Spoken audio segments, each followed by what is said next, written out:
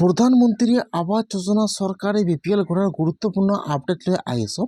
সেইটো আপডেট হ'ল, যদি আপোনালোকে এইবাৰ চৰকাৰী ঘৰৰ কাৰণে এপ্লিকেশ্যন কৰিছিল আৰু আপোনালোকৰ জিঅ'টেক সম্পূৰ্ণ হৈ গৈছে, যদি আপোনালোকৰ চৰকাৰী ঘৰৰ ভেৰিফাই লিষ্টত নাম আহিছে, তেনেহ'লে কিন্তু আপোনালোকৰ একাউণ্টত চৰকাৰী ঘৰৰ পইচা সোমাই গৈছে। বৰ্তমান কিন্তু সকলোৰে এটা প্ৰব্লেম হৈ আছে, সকলোৰে কিন্তু দুটা তিনিটাকৈ একাউণ্ট কিন্তু চৰকাৰী ঘৰৰ পইচা সোমাই গৈছে। কোনটো একাউণ্টত চৰকাৰী ঘৰৰ পইচা সোমাই গৈছে এতিয়া কিন্তু সেইসকলে নাজানে। কেনেকৈ চেক কৰিব যে আপোনালোকৰ একাউণ্টত চৰকাৰী ঘৰৰ পইচা সোমাইছে নে সোমোৱা নাই?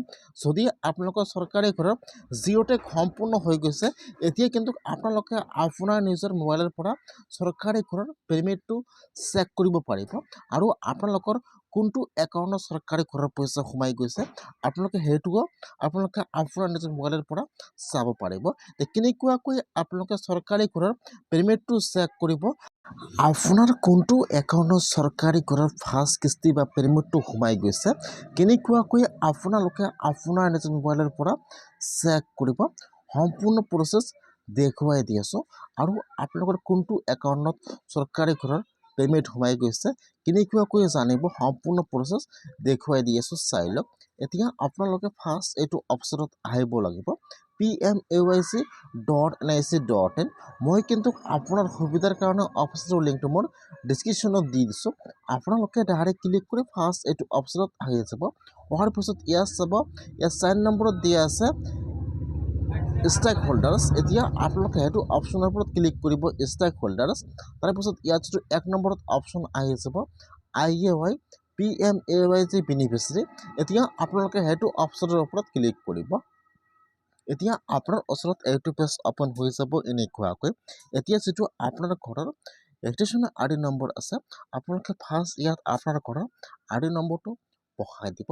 তাৰপিছত ইয়াত যিটো কেপচা দিয়া আছে, আপোনাৰ তাত যি কেপচা আহিছে, এতিয়া আপোনালোকে ইয়াত কেপচাটো বহাই দিব। কেপচাটো বহাই দি আপোনালোকে এতিয়া চাৰিমুৰৰ ওপৰত ক্লিক কৰিব। যেতিয়া আপোনালোকে ঘৰৰ নম্বৰটো আৰু কেপচাটো বহাই দি চাৰিমুৰৰ ওপৰত ক্লিক কৰিব, ফাৰ্ষ্ট কিন্তু ইয়াত আপোনাৰ সম্পূৰ্ণ ডিটেইলছ ইয়াত আহি যাব এনেকুৱাকৈ। আপোনাৰ নাম, আপোনাৰ এড্ৰেছ, ইয়াত আপোনালোকৰ ফুল ডিটেইলছটো আহি যাব। আপোনালোকে এবাৰ সম্পূৰ্ণকৈ চাই ল'ব যে এইটো আপোনালোকৰ ঘৰৰ ৰেজিষ্ট্ৰেশ্যন ID নম্বৰ বা এইটো আপোনালোকৰ নাম হয় নে নহয়। তাৰপিছত আপোনালোকে এতিয়া অলপমান তলত আহি যাব, ইয়াত চাব, ইয়াত কিন্তু আপোনালোকৰ জব কাৰ্ড নম্বৰ, ইয়াত আপোনাৰ ডিটেইলছ সম্পূৰ্ণ আহি যাব। এতিয়া আপোনালোকে আৰু অলপমান তলত আহি যাব।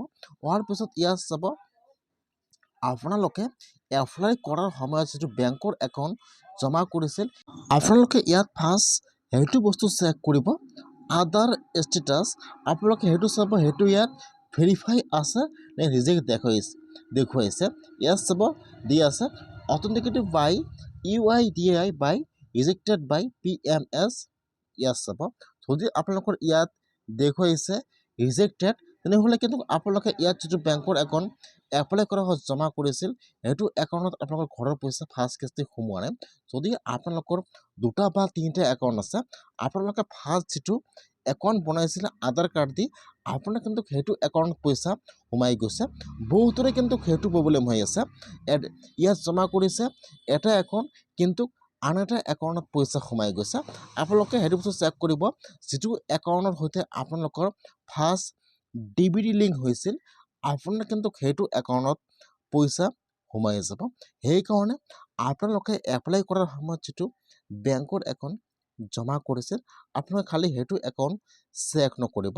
যদি আপোনাৰ জিঅ'টেক সম্পূৰ্ণ হৈ গৈছে, তেনেহ'লে আপোনাৰ যিমানকেইটা বেংকৰ একাউণ্ট আছে, আপোনালোকে আপোনাৰ সকলো একাউণ্ট চেক কৰিব। যিটো আপোনালোকৰ বেংকৰ একাউণ্ট DBD লিংক আছে, আপোনালোকৰ সেইটো একাউণ্টত পইচা সোমাই যাব। যদি আপোনালোকৰ পোষ্ট অফিচৰ একাউণ্ট আছে অথবা আপোনালোকৰ এয়াৰটেল বেংকৰ একাউণ্ট আছে, তেনেহ'লে কিন্তু আপোনালোকৰ সেইটো একাউণ্টত ঘৰৰ পইচা সোমাই যাব। সেইকাৰণে যিসকলৰ জিঅ'টেক সম্পূৰ্ণ হৈ গৈছে, এতিয়া ভাবিছোঁ যে মোৰ একাউণ্টত এতিয়ালৈ ঘৰৰ পইচা সোমোৱা নাই, তেনেহ'লে আপোনালোকে আপোনাৰ সকলো একাউণ্ট চেক কৰক।